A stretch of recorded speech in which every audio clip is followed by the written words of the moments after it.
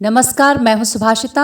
इस वीडियो में आप कार्तिक मास महात्म्य की कथा के 31वें अध्याय का श्रवण करेंगे। भगवान कृष्ण जी बोले, प्राचीन काल में उज्जैन में एक महापापी और दुरात्मा धनेश्वर नामक ब्राह्मण रहता था।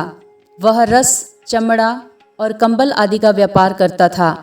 वह वैश्यागामी और मद्यपान आदि बुरे कर्म करता था। चूँकि वह रात दिन पाप में रत रहता था, इसलिए वह व्यापार के लिए नगर नगर घूमता था। एक दिन महिष्मतीपुरी, जो राजा माहिष ने बसाई थी, इसलिए वह राजा के नाम से ही विख्यात थी। नगरी के पास ही पाप नाशिनी पुण्यकारिणी भगवती नर्मदा बहती थी। उस नदी के किनारे देश देशांतर से आए यात्री कार्तिक व्रत करने को कुछ दिन के लिए ठहरा करते थे। उन कार्तिक व्रत करने वाले प्राणियों को वहां ठहरा हुआ देखकर वह दुष्ट धनेश्वर भी इधर उधर घूमता हुआ 1 मास के लिए वहां ठहर गया। अपने माल को बेचता हुआ वह नर्मदा नदी के तट पर घूमता हुआ ब्राह्मणों को देव पूजारत देखता था। वह देखता है कि कोई तो ग्रंथ पढ़ रहा है, कोई सुन रहा है, कोई भगवत कीर्तन कर रहा है, कोई भजन सुन रहा है, कोई ध्यान में लीन है, तो कोई तुलसी की माला धारण किए हुए है। बस इसी तरह वह भगवत भक्तों के बीच में रहा और वैष्णवों के दर्शन करता रहा, उनको स्पर्श करता रहा, उनसे वार्तालाप करता रहा और भगवान विष्णु के नाम स्मरण के पुण्य को अर्जित करता रहा। वह कार्तिक के व्रत की उद्यापन विधि तथा जागरण को भी देखता रहा। उसने पूर्णिमा के व्रत को भी देखा कि व्रती ब्राह्मण तथा गौओं को भोजन करा रहे हैं, उनको दक्षिणा आदि भी दे रहे हैं। उसने नित्य प्रति भगवान शंकर की प्रसन्नता के लिए दीपमाला भी देखी। त्रिपुर नामक राक्षस के तीनों पुर को शंकर जी ने इसी तिथि को जलाया था, इसलिए शिव जी के भक्त इस तिथि को दीप उत्सव मनाते हैं। जो मनुष्य मुझ में और शंकर जी में अंतर मानता है, उसकी सारी क्रियाएं निष्फल हो जाती हैं।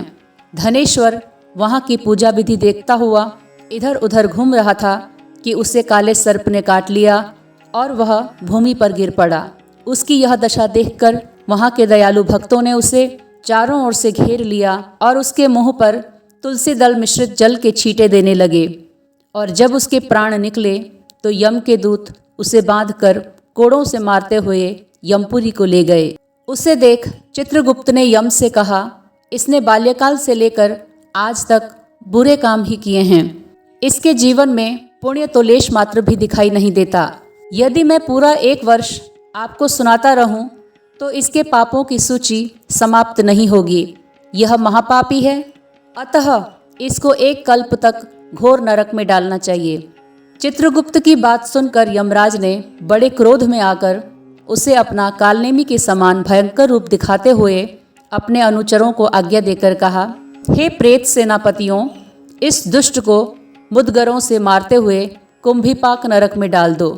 सेनापति ने मुद्गरों से उसका सिर फोड़ते हुए कुंभीपाक नरक में ले जाकर खौलते हुए तेल के कढ़ाव में डाल दिया। प्रेत सेनापतियों ने ज्यों ही तेल की कढ़ाव में फेंका तो लपलपाती हुई आग अपने आप ठंडी हो गई, जैसे कि प्रहलाद को अग्नि में डालने से वह ठंडी हो गई थी। यह विचित्र घटना देख के प्रेत सेनापतियों ने यमराज के पास जाकर यह सब हाल कहा। यमराज भी आश्चर्यचकित हो धनेश्वर को अपने पास बुलाकर स्थिति पर विचार करने लगे। उसी समय नारायण नारायण का कीर्तन करते हुए देवर्षि नारद भी वहां आ पहुँचे और यमराज से कहने लगे, हे यमराज, यह ब्राह्मण नरक में डाले जाने के योग्य नहीं है, क्योंकि इसने अंत समय में कुछ शुभ कर्म किए हैं जो कि नरक यातना को नष्ट करने वाले हैं। जो लोग भगवत भक्त का दर्शन करते हैं, उनसे वार्तालाप करते और उनका स्पर्श करते हैं, चाहे उन्होंने कोई भी पुण्य कर्म न किया हो, सहज में ही स्वर्ग के अधिकारी हो जाते हैं। अतः धनेश्वर भी पुण्यात्माओं के संग व स्पर्श से स्वर्ग का अधिकारी हो गया है। अतः यह पुण्यात्मा है। इसे यक्ष योनि दो और इसे केवल पाप भोग करने वाले नरक दिखा दो। भगवान कृष्ण ने कहा, जब नारद जी ऐसा कहकर चले गए तो धनेश्वर को पुण्यात्मा समझते हुए यमराज ने दूतों को उसे नरक दिखाने की आज्ञा दी। कार्तिक मास महात्म्य के 31वें अध्याय की कथा यहाँ संपन्न होती है। मिलते हैं अगले वीडियो में 32वें अध्याय की कथा के साथ। नमस्कार।